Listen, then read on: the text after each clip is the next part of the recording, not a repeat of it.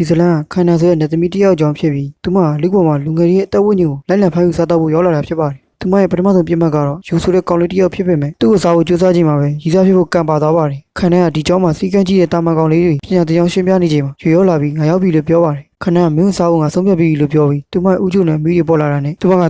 အစာခေါင်းမကြီးရင်လက်သမီးကြီးဘီဆယ်လက်ရဲ့သမီးဖြစ်ကြောင်ပြောပါတယ်ခန္ဓာကအဖေးစီတော်ပြီးဒီကစားစားရင်မကြိုက်တော့လို့လူသားတွေရဲ့ဝိညာဉ်ကိုစားပြီးငယ်ရွယ်တဲ့ခန္ဓာကိုယ်ကိုတိတ်ဆိတ်ကြောင်ပြောပြပါတယ်အဖေကသတိပေးပြီးခန္ဓာကအရသာရှိရဲ့စားစားနဲ့လူများကြီးဆိုတော့မကြိုက်ဘူးလို့ပြောပြီးထွက်သွားပါတယ်ခန္ဓာလူကပါရောက်လာပြီးလူတွေရဲ့ယုံကြည်မှုရအောင်တည်ဆောက်နေပေမဲ့တကယ်တမ်းကဒီနေရာတစ်ခုလုံးသူမရဲ့မုတ်ဆုပ်ခွင့်ဖြစ်တယ်လို့ပြောပါတယ်ကျောင်းစင်းချင်းရောက်တော့ဘိုင်းရန်စားတဲ့ခန္ဓာကဘသူချင်းဟာတောက်ပေါက်ဆုံးလို့ခွဲချမ်းစိတ်ပြရင်းနဲ့အစိမ်းအောင်ကြောက်တုံတစ်ခုကိုတတိထားမိတော့ပါတယ်လူတရဲ့မိုးတိတ်နေရဲလာပြီးယုံကြည်ကဘာဖြစ်နေကြလဲလို့ပြောရင်တတိလက်သွားပါတယ်ခန္ဓာကမင်းကိုနတ်သမီးကစားမယ်ဆိုတော့ဂုံကြီးသေးတယ်လို့ပြောပေမဲ့ယုံကြည်ကကျေးဇူးပါငါ့အိမ်မက်ကနတ်သမီးစားခြင်းကိုမြင်နေတာလို့ပြန်ပြောလိုက်ပါတယ်ခန္ဓာကဒီကြောင်းသားရဲ့စိတ်ထဲမှာကာမစိတ်တွေရှိမှထင်ပြီးဝိညာဉ်ကိုလွယ်တကူယူနိုင်မယ်လို့တွေးမိပေမဲ့ယုံကြည်ကစားဖို့အတွက်နမ်းဖို့ကြိုးစားတဲ့ခန္ဓာကိုဒါကိုချစ်သူတွေပဲလုပ်ကြတာခမများငါ့ကိုချစ်တယ်လို့ဆိုလိုတာလားလို့မေးပါတယ်ခန္ဓာကတွေးယူတော့ယုံကြည်ကစတင်ဖို့ချေးသေးကြမလားလို့ဟန်ပြလိုက်တာကိုသူမကလက်ခံလိုက်ပါတယ်နောက်ယုံကမဆူယိုကယုံကိုချစ်သူမရှိလို့မလုပ်နိုင်ဘူးလို့ပြောတဲ့အတွက်မဆူယိုကမင်းတို့နမီဘယ်လိုခေါ်လဲလို့မေးတဲ့အခါယုံခန္ဓာကိုကိုနဲ့နီးစပ်ဖို့ပထမနမီကိုခေါ်ဖို့တောင်းဆိုတာနဲ့ခန္ဓာကသူမရဲ့နမီကိုရှက်ပြီးရင်ခေါ်ခိုင်းတဲ့အတွက်ယုံကသူမကိုပထမနမီနဲ့ခေါ်လိုက်ပါတယ်